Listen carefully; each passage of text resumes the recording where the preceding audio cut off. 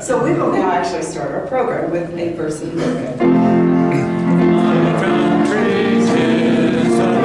Sweet land of liberty, of thee I sing. Land where my fathers died, land of pilgrims bright, from every mountainside, let freedom ring.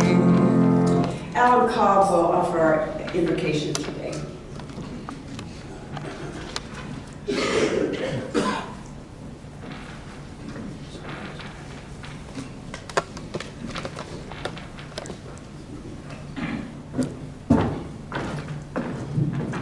In this season of giving and goodwill, the spirit and the great work of Rotary Club all over the world, and our desire to lift our fellow citizens up, I thought this poem by one-time Kansan Langston Hughes was fitting for today. The poem is entitled Prayer. Gather up in the arms of your pity, the sick, the depraved, the desperate, the tired, all the scum of our weary city. Gather up in the arms of your pity, gather up in the arms of your love, those who expect no love from above. Amen. Thank you, Alan. Please be seated. Our guest introductions today will be done by Steve Knoll. And I explained to you last week that we're going to try changing this up a little bit to see how it works. And Steve will remind you of how we're going to do this.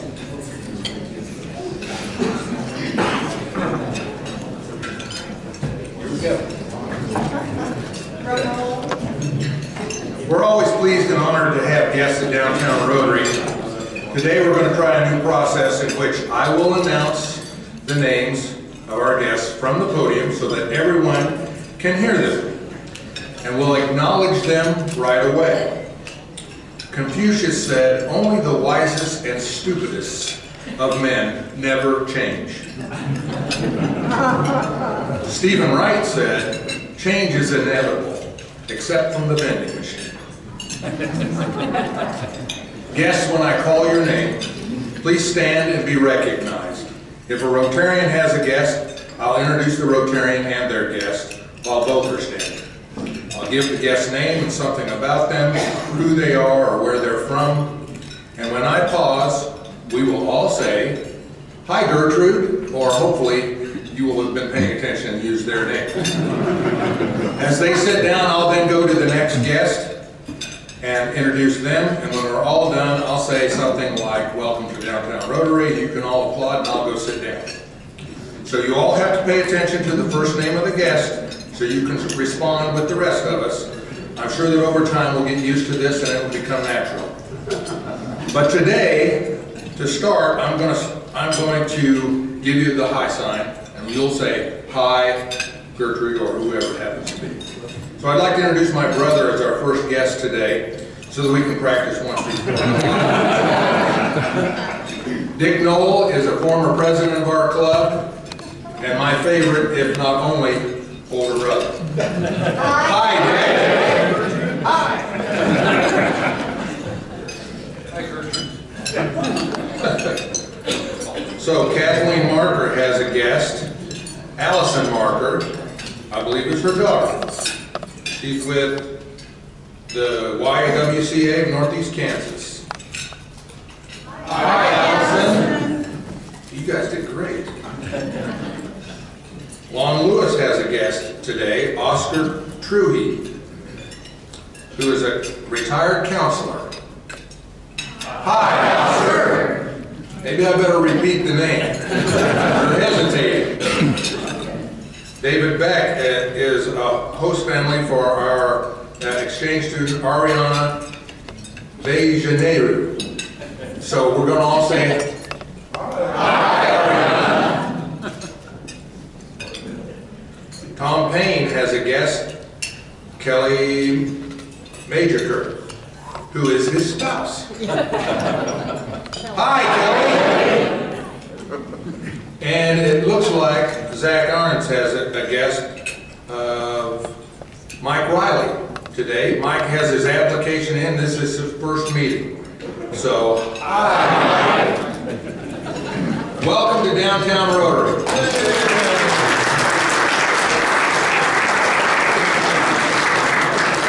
That's kind of fun. We might just have to do that again next week. Our month's featured charity is TARC. TARC has, for 63 years, has provided excellent services and advocacy for children, adults, and families with developmental, intellectual, and related disabilities, and is committed to enhancing their lives to their full potential. And here's my $5 that I'm going to put in the cut bin. And Grant, did we miss something? David. With the guests, we have Joe Pennington here, who really needs no introduction, but I'll give you one anyway. Hi, Joe. Thank you. Sorry we missed you, Joe. I do have several announcements today. Yes, David. Just two more things. Okay. We have two more guests. Diane Williams is, wants to be a Rotary Youth Exchange student going to Denmark next year. She's going to go interview for that on Saturday. Hi, Diane. And Taya Leash is our sponsored student from Belgium this year. Hi, Taya. Okay. Special round of applause for Diane.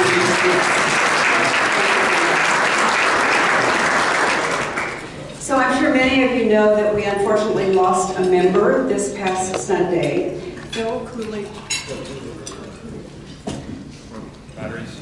Linda, I think we have no batteries. I will yell. Sorry. Phil Coolidge passed away this past Sunday. Phil was a Rotarian since 1969. That is for 48 years. He was our president from 1979 to 1980. He was a Paul Harris Fellow in 1983. And maybe most significantly, that speaks to his true heart of a Rotarian, he received the Rotary International Citation for Meritorious Service. And only one person per district is given that award each year, and the award is not always given, so it's very, very significant.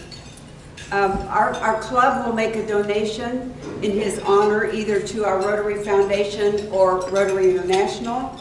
You may know that there will be a memorial service this Saturday at 1 o'clock at Grace Cathedral, and we will have a club memorial for him after the first of the year. So let's observe a moment of silence for Phil.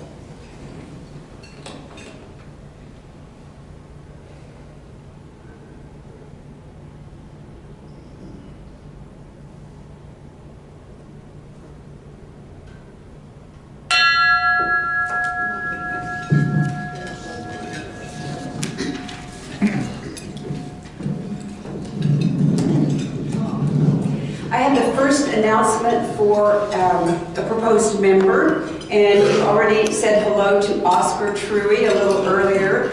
Oscar is a retired counselor. His special interest is community service, and he is sponsored by Long Lewis. So Oscar, we're very glad to have you here today and look forward to your membership soon. You may remember that one of my early dreams, when I just started my year as president, was for us to do visioning for our club so that we know where we are, where we might want to be in 5 years. And I'm so pleased to tell you that we did have a 4-hour visioning session this last Saturday. We did some very hard work and got started on that. So we have a long way to go to really lay out a plan, but I wanted to tell you that that has happened, and so we will talk about it more. We will keep you informed and solicit your input on this. We also have started just the beginnings of a mentoring process that we're going to do, or project that we're going to do with Highland Park High School students. There will be at least one opportunity in January. We'll tell you a whole lot more about this. And I have to say thank you to Lee Morris. I'm not sure where he is today. But he has actually met with the folks at Highland Park and with Angel and with Jeremy. So that will be moving forward. We don't know exactly where it's going to go, but I think we can really change some lives of those students. You may have seen on our reminders up here that we have a Soulmates this Tuesday at 1 o'clock at Payne Shoe Source North. There have been several people who have signed up, but we could still use another 5 or 10 people, so that is available online. I hope you'll check that.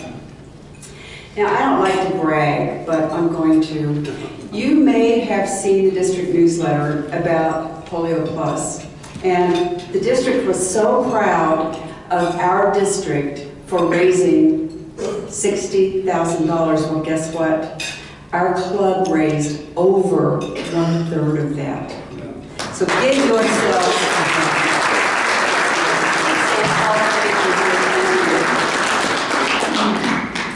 We have a very special presentation today. We have a Paul Harris presentation, and I'll ask Hurst to come to the microphone. Thank you, President Grace.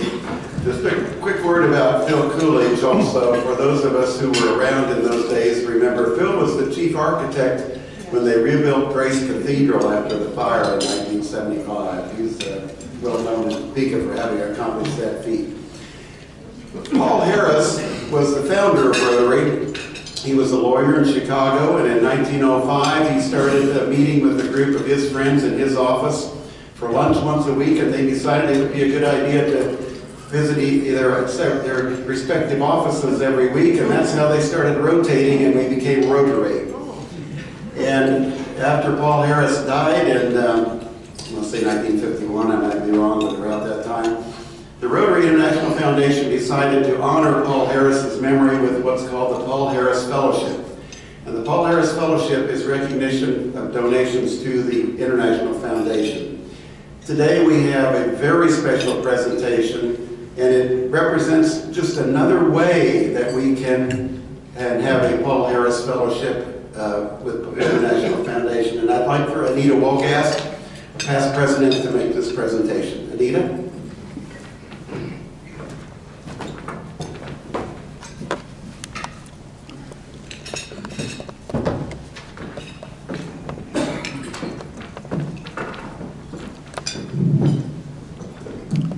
Well, Hurst, thank you. Thank you for your description of the Paul Harris and for your leadership at the international level. We are so proud of you. Hurst deserves some applause for that.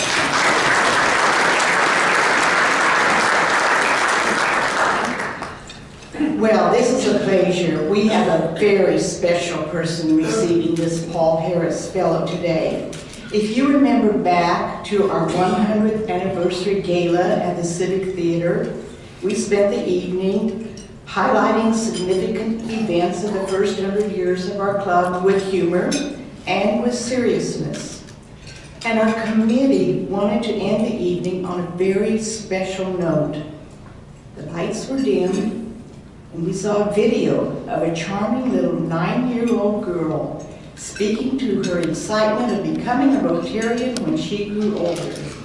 We scripted her to talk about the things in which she looked forward to participating. The video closed out the evening in celebration with Anna coming out on stage, remember that? With a lighted candle, and Grace Morrison singing, "If Everyone Lit Just One Little Candle," while all of us Rotarians in the audience lit candles from the original Anna candle. That little girl stole our hearts. She's Anna Sage, daughter of a friend of mine, Sherry Sage, who is the director of Safe Kids Kansas, and I've just met Alex, her husband. Anna was 9 years old at the time, and she's now 11 and a 6th grader at Logan Elementary. Well, Anna had lead parts, I'm getting to why we had this Paul Harris today. She had lead parts in children's productions at Topeka Civic Theater. And at the time we asked her, we didn't know that. We didn't know that her family had any connection with Rotary. I just knew she was a great little actress and she could tell our Rotary story. As it turns out, there is a significant connection. Anna's grandfather, Hugh Sage, is a former member of our club, Downtown Rotary. Those of you who were members from 1995 to 1999 will remember Hugh Sage. In 1999, he moved to Enid, Oklahoma, where he is now an active Rotarian. Hugh and his wife were so excited when they learned about the significant part that Anna played in our 100th anniversary celebration. Hugh is a Paul Harris Fellow, and he gave his wife a Paul Harris Fellow. That's not all. He gave a Paul Harris Fellow to his son Alex here in Topeka, and later he gave one to Sherry. So, after learning their granddaughter's participation in our club's 100th anniversary, he decided he wanted to bestow the Paul Harris Fellow for Anna. So after today, that makes the whole family a Paul Harris Fellow family. Unfortunately, Hugh wasn't able to be here today, but Alex and Sherry are representing him. So we're so proud to present this Paul Harris Fellow to you, Anna, and which is from your grandfather. And we look forward to the time you will be joining Rotary, and of course, we hope it will be downtown Rotary.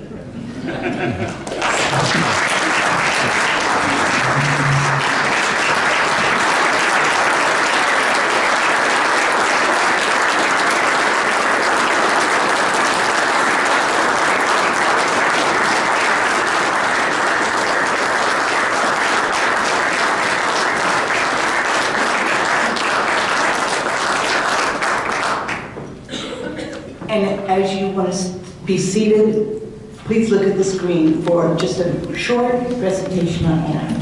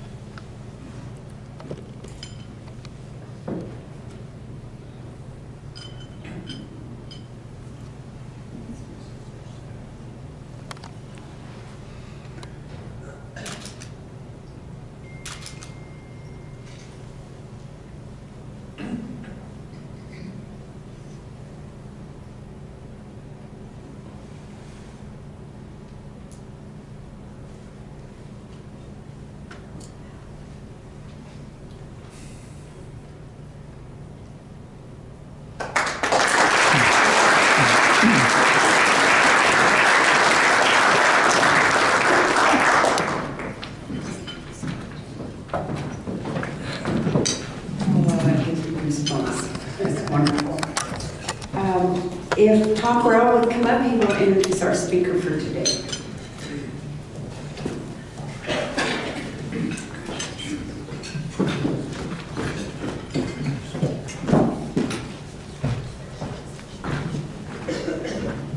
It's my privilege today to introduce our speaker, Todd Payne.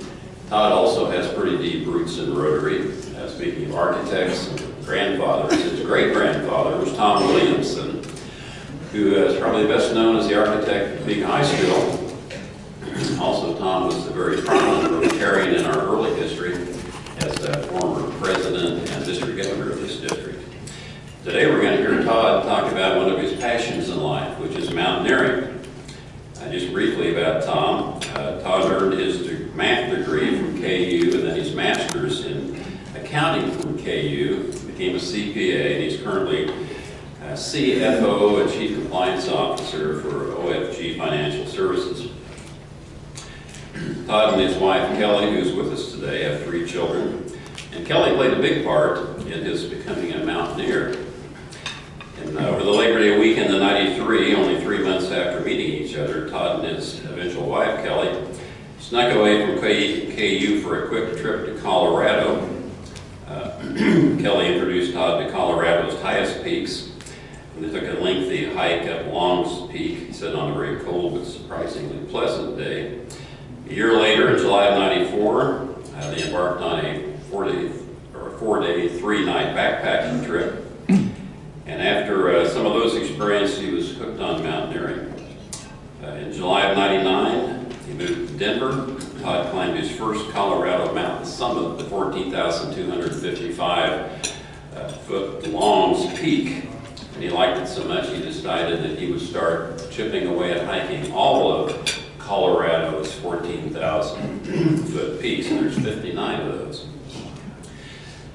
So over the next 16 years, he pursued this passion and finally climbed 59 out of 59 14ers in August of 2015. And now we're privileged to share some of the experiences that he enjoyed while he pursued his climbing passion. Todd?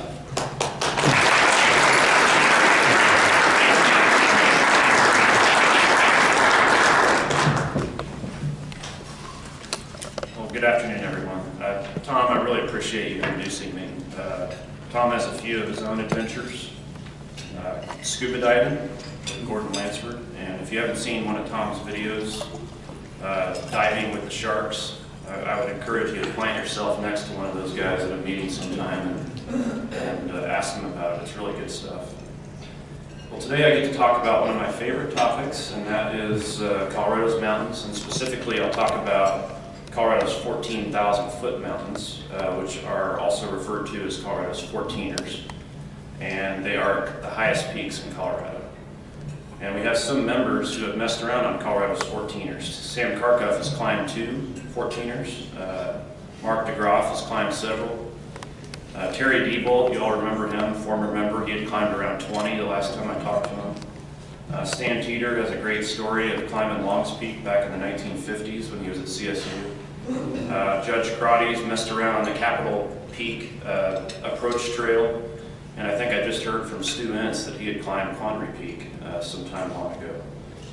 So we do have some members who have some familiarity with these mountains. And many of you remember I gave a presentation about 6 years ago in January 2012 on the Colorado 14ers to this club. And for reference, that was the same day that Kaki essentially invited us all to her wedding. And the look on Al's face is pretty priceless. Anyway, we have a lot of new members now, and so I want to review some of the things I discussed last time, kind of piggyback off that discussion, and I've got some new stuff too. So at that point in January 2012, I had climbed 39 of the 14ers, so I have a few new stories and pictures here. So first of all, up on the screen here, there's a list of Colorado's 14ers, and you all have a listing at your tables. I probably put about 6 or 7 at each table with this list.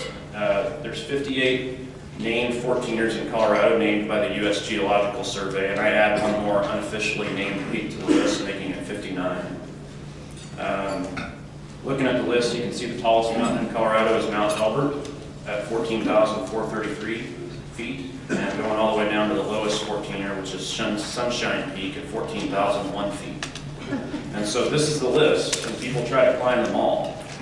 No one really knows for sure how many people have climbed all of them. But when I finished in the summer of 2015, I was the 1,655th person ever to have reported to the Colorado Mountain Club that I had finished.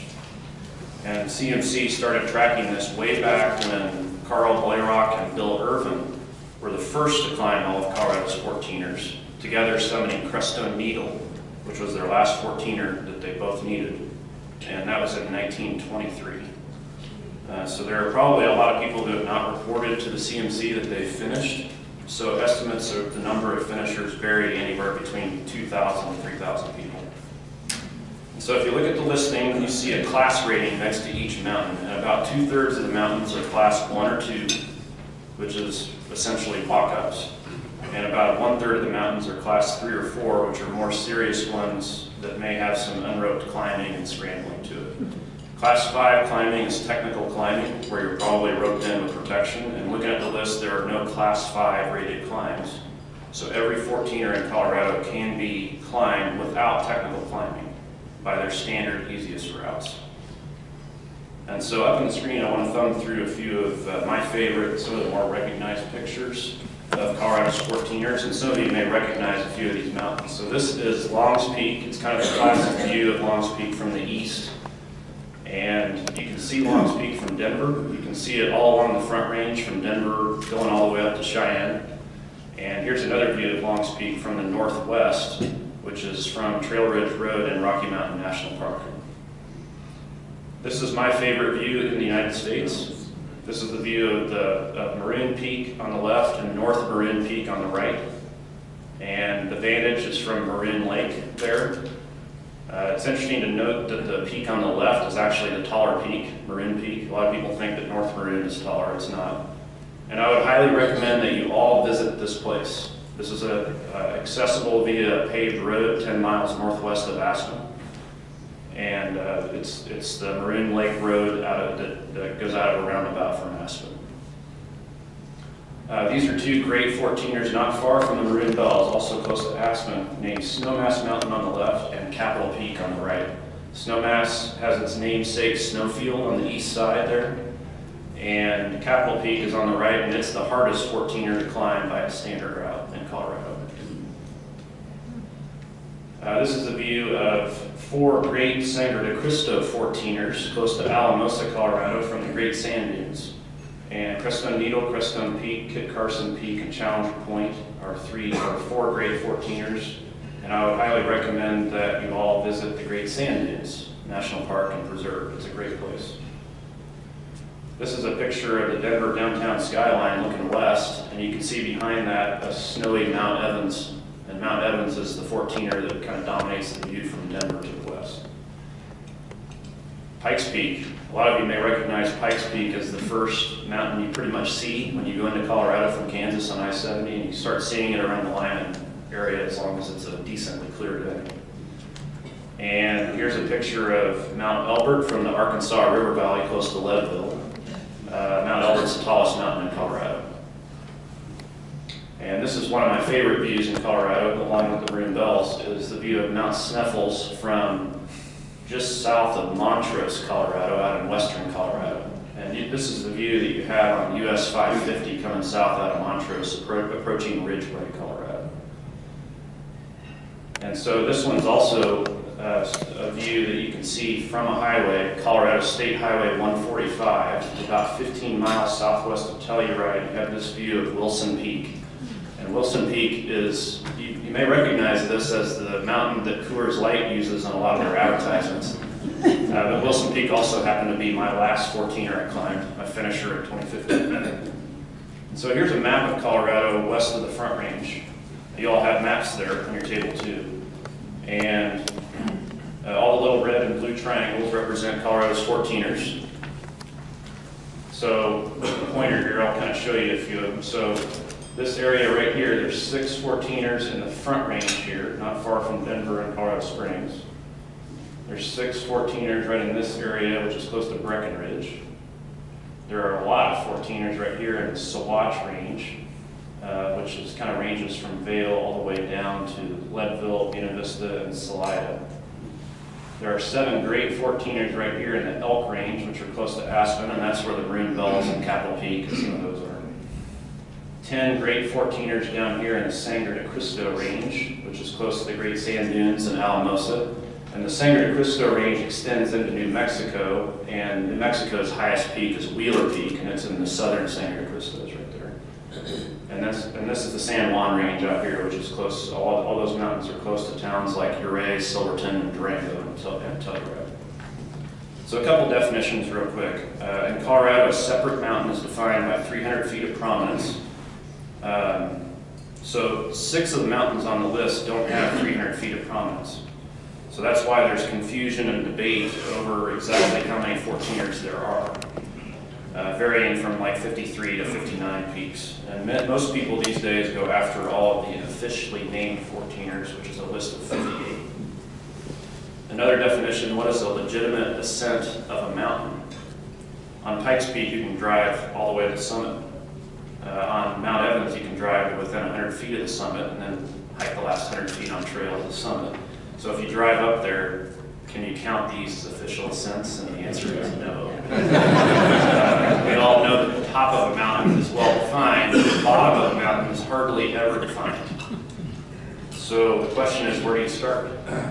And sometime long ago, someone came up with an arbitrary rule in Colorado that you have to climb 3,000 feet in elevation gain to count it as an official ascent. And this definition caught on and has become the acceptable standard in Colorado. Also, it's important to note that you have to descend the mountain on your own power. You can't climb hikes and have someone pick you up at the summit and drag you down. You have to actually make the descent under your own power. On each summit, there is a U.S. Geological Survey medallion attached to a rock somewhere up there, like this one on San Luis Peak. There can also be summit registers inside of canisters on the summit. Here's my climbing partners and good friends, Adam Farber and Gordy Johnston, and Adam's holding a canister there. That canister had a register in it that kind of looks like this. And I'd say out of the 59 summits, I probably signed my name to a register like this on maybe about half of them. And the other half, I just simply couldn't find a canister, or there was no register in the canister.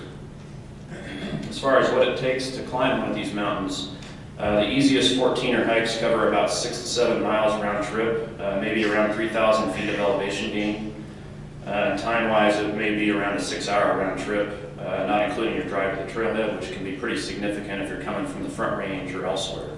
Some of the more moderate and harder 14ers require 8 to 14-hour round trips, especially some of the multi-peak combination hikes, and some of them will require overnight stays at lakes or along a stream, so the type of equipment you carry will vary based on those logistics, and the time will vary too. There is no easy 14er. Even the easiest are tough climbs and will be one of the hardest things you do. So conditioning and preparation is critical. I usually have been doing a pretty significant exercise regimen for several months before the hikes, including consistent running, inclined treadmill, running bleachers. I've been going to the Capitol to do Capitol steps a lot lately, long bike rides and that kind of stuff. So cardio is key, working the leg muscles is key, but I also do some upper body weight training and some core stuff, which is always helpful, especially because you're carrying a pack. Honestly, nothing you can do here in Kansas can simulate the altitude or the incline at altitude that you're going to have, but you do your best exercising here in Kansas hard. Some years I adopted the philosophy that there's no better training to climb a 14er than to go climb a 14er.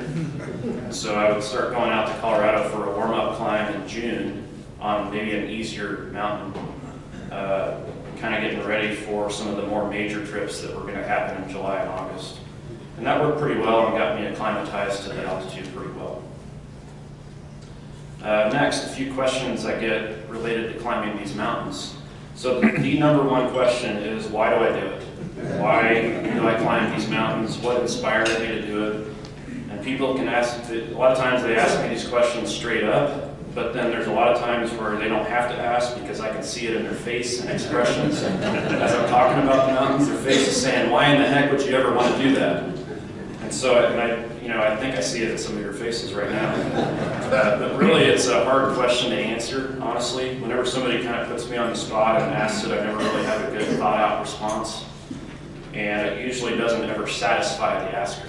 And so they'll still come away wondering why I do it or thinking I'm crazy for doing it. So I'm going to try to give you an answer that will attempt to explain it. My goal is to have less people in the audience thinking I'm crazy than when I started. So first, a quote from Sir Edmund Hillary, who was the first person with Tenzing Norgay to climb Mount Everest in 1953. He said, "It is not the mountain we conquer, but ourselves." And so climbing is all about you. It's all about persevering and achieving and accomplishing something you set out to do. And it's about setting a goal and going through the hard work to achieve it, and it usually results in a pretty satisfying feeling afterward. So another quote that I have, it's from Dr. Seuss this time, is, "Sometimes you will never know the value of a moment until it becomes a memory." And so I think you all can identify with this quote. What it means to me is many of our favorite memories in life end up being of a time when we worked hard for something and towards some end result, but in the midst of tough times, adversity, working hard, whatever it may have been, we didn't realize how much fun we were actually having.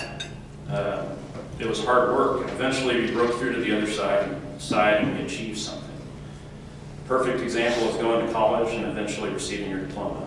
Maybe during your college years, during all of your hard work, you didn't quite realize the value of all the moments that you had during those years. But 10 years later, you did. And you considered your college years some of the best in your life. Other examples could be starting in an entry-level position at work and eventually getting promoted where you want to be, or starting a business and going through some tough times to get where you want. Whatever it may be, you worked hard, reached your goal and achievement, and you felt good about it. And that is exactly what climbing a mountain is all about. It's a total microcosm of life and a metaphor for life, scrunched into about 8 hours. And in the midst of climbing up a brutal 15-degree grade on ball-bearing scree, where you lose a step for every 2 you take, I was always talking to myself, maybe even cursing, saying things like, why in the heck are you doing this, or time to go back down to the car. But you keep going, you persevere through it, and you eventually make it to the summit. And you reach your goal. And in the case of a mountain climb, you see things most people in this world will never see. The views from the top, a lot of times with great friends or with your wife or husband. Whoever it is, it's an incredible feeling, and those are great moments. And I don't always see the value as I'm climbing or struggling up that slope, or even when I'm on the summit and I still have a long way to go back down to the car. But I definitely see the value a few days later after I've made it through the challenge and all the soreness in my body is gone. And then I immediately began planning the next climb, and I totally forget how hard it was and how much complaining I was doing on the way up. So that's why I climb mountains, and that's why I absolutely love it. Second question I get is favorite climbs and toughest climbs. So I put these two in the same category because it just so happens that my toughest climbs have also been my favorite climbs. Favorite and toughest of all time was the Maroon Belts Traverse, because of the ridiculously awesome terrain and the great views, the unusual and beautiful red sedimentary rock, the shape of the mountains, and really the great feeling of achievement in climbing those two particular mountains, Maroon Peak and North Maroon Peak. The other thing is, on one of my trips to Aspen in my middle school years, I stood at Maroon Lake fishing with my dad and brothers. And I looked at the bells and I thought, there's no way anyone could ever climb those mountains. And then 30 years later I did. So I take a lot of pride in that and being able to stand at Maroon Lake saying I climbed those. So number 2 on the list is the Little Bear Blanca Traverse.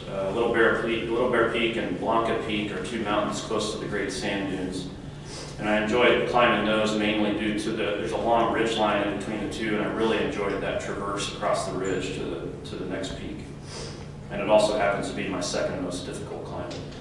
I also really enjoyed Capitol Peak, Pyramid Peak, Longs Peak, and the Creststones, and all those are classic peaks with some difficulty to them.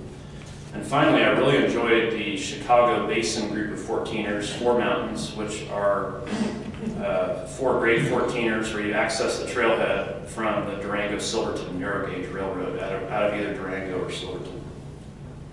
The number 3 question, now that I'm done, what's next? 14er repeats with climbing partners is probably number 1. I've done 6 repeat climbs in the last few years. Maybe I'll climb some of the 14ers someday with some of my kids. They haven't climbed any yet. Also, I've got a long list of mountains under 14,000 feet in Colorado, which I may be interested in, but probably the most interesting right now are a few mountains not in Colorado. Mount Whitney in California, which is the tallest mountain in the continental United States. Mount Rainier in Washington. Several other state high points such as Humphreys Peak in Arizona, Wheeler Peak in New Mexico, and I need to get out and climb Mount Sunflower in western Kansas. Mount Sunflower is the Kansas high point at 4,039 feet. It's located out slightly southwest of Goodland on the state line. Colorado's 14ers have become extremely popular over the past 25 years or so. Some climbs you'll see hundreds of people, such as on Longs Peak on a typical summer weekend day. The Colorado 14ers Initiative organization had a tracking mechanism on Mount Sherman this past August 5th, and they counted 717 hikers on Mount Sherman that day. So that's some pretty crazy traffic. But amazingly, you still can find solitude on these peaks if you climb during the week and not on the weekend, or if you climb in slightly off times of the year, or if you even climb really early in the morning. Through all this 14er mania, out of my 59 original summits, I only shared 13 of them with people I didn't know. And on the other 46, I had 9 to myself, and 37 were shared between me and my climbing partners only. And so you still can find some solitude on these peaks. As you can tell, I track a lot of stuff related to these climbs, and actually I have an 85,000 word book written with all my trip logs and other stuff. So I have a little bit of documentation there. I'll close with a few of my favorite pictures that we've taken over the years. So this is a picture of Kelly and me in July of 1994. This was our first, Kelly had backpacking adventures. This was my first backpacking adventure in Colorado, and this was at the Maroon Snowmass Wilderness. We took this picture at Buckskin Pass, and in the background is Capitol Peak, and we had no idea what that mountain was when we took the picture. So it was fun to see years later that I knew what that mountain was and that I had climbed that mountain. And this was a great day in the mountains. This was on the summit of Mount Lincoln in August of 1999, where it was a rainy, cold, cloudy day, and as we approached the Mount Lincoln summit, which was our third summit of that day, there's a round trip where you do 4 summits on that particular trip, the clouds kind of started dispersing and the rain stopped and the sun came out, and we had this rainbow below us in the valley to the north. And so that was a great moment. I've never seen that again since then. I've never had a rainbow like that. This was 6 of us on the Longs Peak Summit in July 2000. Tom Majorkirk, that's Kelly's dad on the left. He was 56, and we were all 28, the other 5 of us. We were half his age. And on that summit, he made us all promise that we'd go back and climb it when we're all 56. So here in 11 years, we'll all be going back and climbing the summit. This was my earliest, hardest climb. I was on the summit of Crestone Needle here, and that was a trip that Adam and I took just kind of out of nowhere in August of 2002, and I'm pointing at Crestone Peak in the background. And 2 years later, here we are on Crestone Peak with our friend Mark, with Crestone Needle kind of above Adam's head there in the background. This was a picture taken in July of 2007, where Gordy was approaching the summit, and I was kind of gazing across, looking at those 2 mountains in the background, Uncompahgre Peak and Wetterhorn Peak, which are really 2 dramatic, great climbs in Colorado. Uncompahgre is the tallest mountain in the San Juans, the one on the right kind of thing. Here's a picture of 4 of us on the Mount Sneffels summit in July 2009. Mount Sneffels is one of my favorites. I didn't list it on the favorites earlier because I knew I'd be talking about it right now, but it's not a horribly hard mountain to climb. It's a relatively short hike, but it's just in the middle of nowhere, and you just have a sea of peaks all around you out there in western Colorado. And then on the way down that day, this is a picture of Kelly with the great backdrop, the 3 high 13ers in the background. On the left is Tea Kettle Mountain, in the middle is Coffee Pot Mountain, and then on the right is Potosi Peak. And that mountain, Tea Kettle Mountain on the left, actually has an arch, where the arch is the handle of the tea kettle. This was in November of 2010. It was my first trip with my most regular climbing partner lately, Steve Six, and we saw no one else in that valley the whole 2 days we were up there. And it was an off time of the year, and it was perfect to be up there. And I was on the summit of Blanca Peak here with Little Bear Peak and the San Luis Plateau in the background, close to the Great Sand Dunes. Here was a picture that Gordy snapped of Adam coming off the summit of Mount Harvard in July 2011. And it was a cloudy day, and as they were coming off the summit, the clouds had kind of moved away and kind of gone down below us. So this was a great picture of Adam above the clouds that day. Here's my hardest mountain at that point in August 2011. This was on the summit of Pyramid Peak, and I had a great view of the bells behind me on that one. And you can kind of see the terrain that I had to climb on that mountain. That's that terrain right there that you see me reaching up and kind of climbing up is Class 4 terrain. And those goats were kind of waiting for me there. And then a month later, we climbed Capitol Peak, which is the hardest mountain in Colorado to climb by standard route. And that was a great day in the mountains. We had perfect weather. And this was the summit of Maroon Peak, which was on the Maroon Bells Traverse Day. So we summited Maroon Peak. This was the first summit of the day. And that's our friend Steve on the left, my friend Mike Waddell from Glenwood Springs in the middle, who I've hooked up with a lot of climbs in recent years. And that was a great moment there. And then on the traverse, Mike snapped this picture of me with the whole traverse to the right behind me, which I was really appreciative he shot this picture. And then Capitol Peak kind of sneaks into the picture on the upper left. And then here's a picture of Steve and I on the summit of North Marin Peak at the end of that day. And this is the most remote 14er in Colorado. This is Wyndham Peak. We're on the summit of there. And that was on our Chicago Basin trip that we took, where we had to take the Durango-Silverton narrow gauge railroad to the trailhead, and we packed in 6 miles. And that was a great day where we summited 2 peaks, and then the next day we summited Mount Eolus, which is the mountain in the background of this picture here. Here I am almost to the summit of Mount Eolus on that summit ridge, and that's in the heart of the Weminuche Wilderness, and it's an extremely remote area of Colorado. And this is a picture of us on the summit of Wilson Peak. So this was my finisher in August of 2015, and Kelly was able to join me on that trip. And we've climbed 8 14ers together. And here's one of my first repeat summits, where we were on the Mount Snuffles summit, and I was really happy to be able to revisit that place. And I really love that area where Mount Snuffles is. This was summer of 2016. And then this was this past September, where we revisited Snowmass Mountain on kind of a cold, snowy day, but it was a really nice day in the mountains once the clouds kind of burned off and the snow melted. And by the way, Steve has 7 14ers left. He's climbed 51 out of 59, so he's almost there. 51 out of 58 on his list. And then this is the last picture I have, which is of me and the family in July. This past July, we went up to Maroon Lake in the Maroon Gulls area and hiked around on the trails up there, and we spent the night at a lake beyond Maroon Lake called Crater Lake. It was about a 2-mile pack-in, and I think the kids really had a great time up there, and it was good to introduce them to that area. So that is the extent of the presentation today, and like I said, like I've told several people, I probably could stand up here for a lot longer and talk about it, but I think I've used up all my time here.